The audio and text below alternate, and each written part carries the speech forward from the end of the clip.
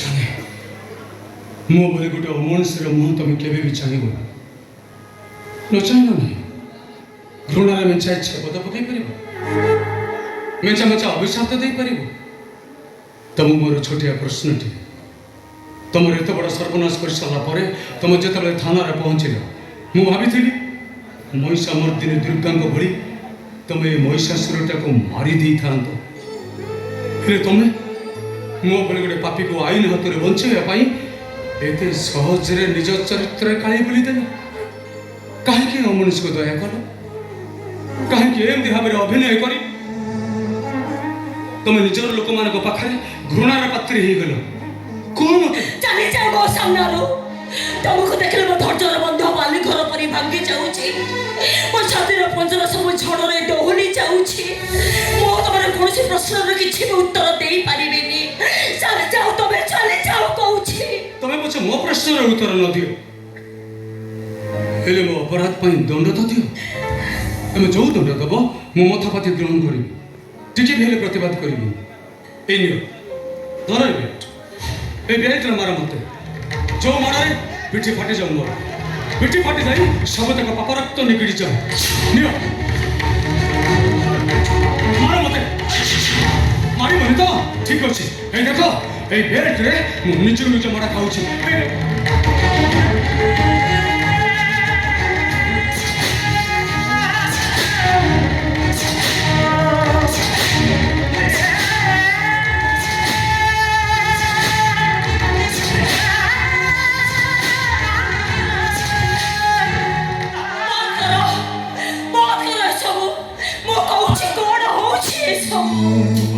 ପ୍ରାୟଶ୍ଚିତ କରୁଛି। ତମ ପାପର କିନ୍ତୁ ପ୍ରାୟଶ୍ଚିତ ନାହିଁ। ତାହେଲେ ମାରି ଦଉନ ମତେ। ଲାଭ କଣ ମିଳିବ? ଯୋଉଦିନ ତମେ ମୋ ଇଚ୍ଛା ନେଲ ମୁଁ ତ ନିଜେ ମରିଯାଇଛି। ତମ ପୁଣି ମୁଁ କେମିତି ମାରିବି? ମାରି ଯଦି ନ ପାରିବ ତାହେଲେ ପ୍ରାୟଶ୍ଚିତର ବାଟ ତ ଦେଖାଅ। ମୁଁ ତ ନିଜେ ଆଜି ଅମଡ଼ା ବାଟରେ ବାଟୋଇ। ପ୍ରାୟଶ୍ଚିତ ବିନା ମୋର କିନ୍ତୁ ମୁକ୍ତି ନାହିଁ। ମୋ ପାଇଁ ମୁକ୍ତିର ବାଟ ଆତ୍ମହତ୍ୟା। ତମେ ଆତ୍ମହତ୍ୟା କରିଦେଲେ ମୁଁ କେବେ ନିଜକୁ କ୍ଷମା କରିପାରିବିନି। ତାହେଲେ କଣ କରିବି ତମେ କହୁନା? ହେ ଦେବୀ, ଯୋଉ ଦଣ୍ଡ ଦେଲେ ତମେ ଖୁସି ହବ, ତମ ଆଖିରେ ଲୁହ ଲିଭିଯିବ, ମତେ ତମ ସେଇ ଦଣ୍ଡ ଦିଅ। ମୁଁ ତମ ଗୋଡ଼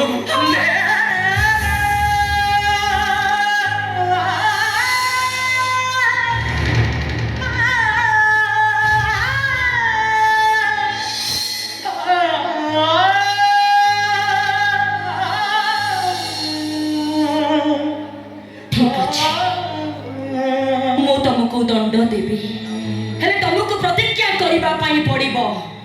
ମୁଁ ତମକୁ ଦଉ ଦଣ୍ଡ ଦେବି, ତମେ ତାକୁ ମଥା ପାତିକି ମାନିବ। ନିଶ୍ଚୟ ମାନିବି।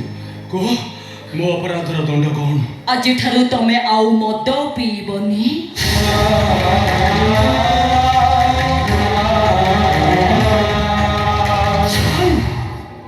ପିଇବି? କାହାରି ଉପରକୁ ହାତ ଉଠେଇବନି।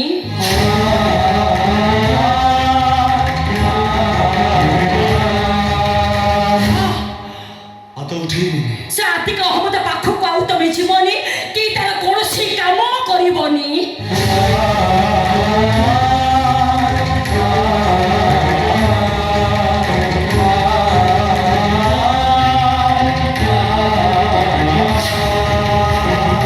ବୁଝୁନୁ କାହିଁକି? ସେଟା ମଣିଷ ନୁହଁ, ମଣିଷ ଖିଆ ମଣିଷ। ତାହା କାମ ନ କଲେ ସେ ମତେ ମାରିଦେବ। ଯଦି ମରିବାକୁ ଏତେ ଭୟ, ତାହେଲେ ଚାଲିଯାଅ ମୋ ସାମ୍ନାରୁ। ଜୀବନ ଅଛି ମାନେ ମୃତ୍ୟୁ ନିଶ୍ଚୟ। ତାହେଲେ ମରିବାକୁ ଏତେ ଭୟ କାହିଁକି? ମରିବା ପୂର୍ବରୁ 1000 ଥର ମରନି। ଥରେ ମର, ଭଲ କାମ କରି ମର। କୁହ, ତମେ ମୋ କଥା ରଖିବ? କୁହ। ନିଶ୍ଚୟ ରଖିବ, ହେଲେ ତମକୁ ମୋର ଗୋଟେ କଥା ରଖିବା କହ। କୋଉ କଥା? ତମେ ଆଜିଠାରୁ ମୋରି ପାଖରେ ରହ। କଣ ମତେ ଦୟା କରିବ? ପୂଜା କରିବି ତମକୁ। ଆଲାମ? ଆଲାମ ନୁହଁ, ଈଶ୍ୱର।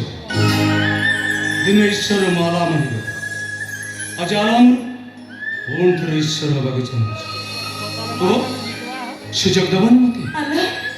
4-5 ବର୍ଷର ହେଇଥିଲି, ଆମ ଗାଁରେ ହିନ୍ଦୁ ମୁସଲମାନଙ୍କ ଭିତରେ ଗୋଟିଏ ଦଙ୍ଗା ହେଲା। ସେଇ ଦଙ୍ଗାରେ गोटे गला मुखा बेंधा लोक